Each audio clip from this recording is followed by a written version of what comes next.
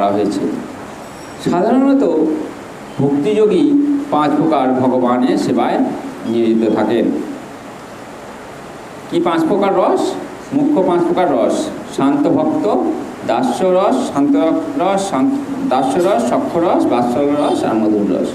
তো শান্ত ভক্ত নিরপেক্ষ বা উদাসীন। কীরকম না, ভগবান বিশাল, হ্যাঁ, আমি ক্ষুদ্র, কিন্তু ভগবানের সঙ্গে আমার সম্বন্ধ নেই সেই হিসাবে। কীরকম না, পাশের বাড়িতে একটা ডাক্তার থাকে বটে, আমি ওই এদিকে ফ্ল্যাটে থাকি, কিন্তু ডাক্তারের সঙ্গে আমার কোনো সম্বন্ধ নেই, কথাও নেই, কিছুই নেই। যা আছে জানি, ডাক্তার জানি, কিন্তু তার সঙ্গে কোনো সম্বন্ধ নেই। এটা হচ্ছে শান্ত ভক্তের। ভগবান আছে, ভগবান বড়, সব কিছু জানি, কিন্তু ভগবানের সঙ্গে আমার কোনো সেবার সম্পর্ক নেই, কোনো প্রীতির সম্পর্ক নেই, কোনো কিছুর সম্পর্ক নেই। ভগবান আছে, ভগবানের মতো আমি আছি আমার মতো। এটা হচ্ছে শান্ত ভক্ত। নিরপেক্ষ উদাসীনভাবে ভগবানের সেবা করে। আর দাস্যভক্ত দাস্যভাবে ভগবানের সেবা করেন। সখ্য ভক্ত ভগবানের সখা রূপে সেবা করেন। বাৎসল্য ভক্ত পিতামাতা রূপে ভগবানের সেবা করেন। আর মাধুর্য ভক্তেরা প্রেয়সী রূপে তাঁর সেবা করেন। এর যে কোনো একটিকে অবলম্বন করে শুদ্ধ ভক্ত ভগবৎ সেবার নিয়োজিত থাকেন এবং পরমেশ্বর ভগবানকে কখনোই বলতে পারেন না, আর সেই কারণেই ভগবান তার কাছে সুলভ। শুদ্ধ ভক্ত এক মুহূর্তের জন্য পরমেশ্বর ভগবানকে ভুলে থাকতে পারেন না, ঠিক আমাদের মতো, তাই তো? আমাদের এক মুহূর্ত মনেই পড়তে চায় না, সারাদিনে মনেই পড়তে চায় না, সেইভাবে মনে পড়ে। কিন্তু যারা শুদ্ধ ভক্ত তাদের প্রাণধন।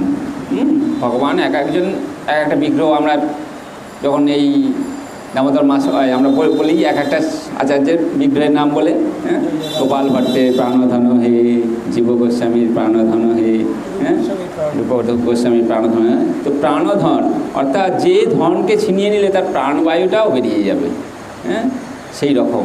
হ্যাঁ, আমাদের যদি অনেক টাকার লস হয়ে যায়, অনেক হার্টফেল হয়ে মরে যায়, তো শেয়ার বাজারে যারা টাকা খাটায়, অনেক টাকা হয়ে গেছে, লস হয়ে গেছে, সেইটা শুনেই তার মৃত্যু হয়ে যায়।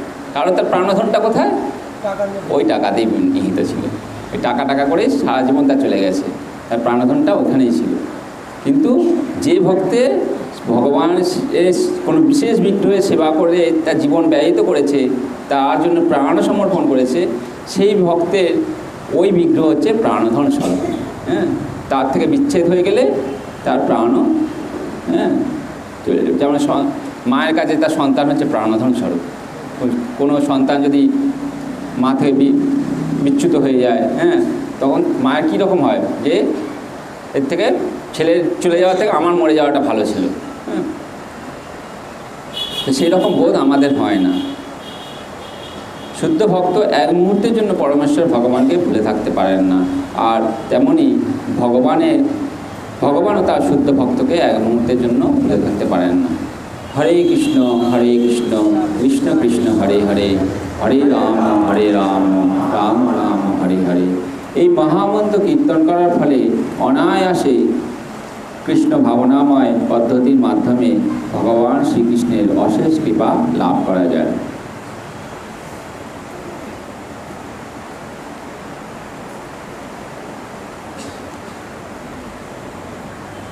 পরের শ্লোকে যাই। কারো কোনো প্রশ্ন আছে? এটা হ্যাঁ, নবম অধ্যায় হচ্ছিল, অষ্টম অধ্যায় নয়?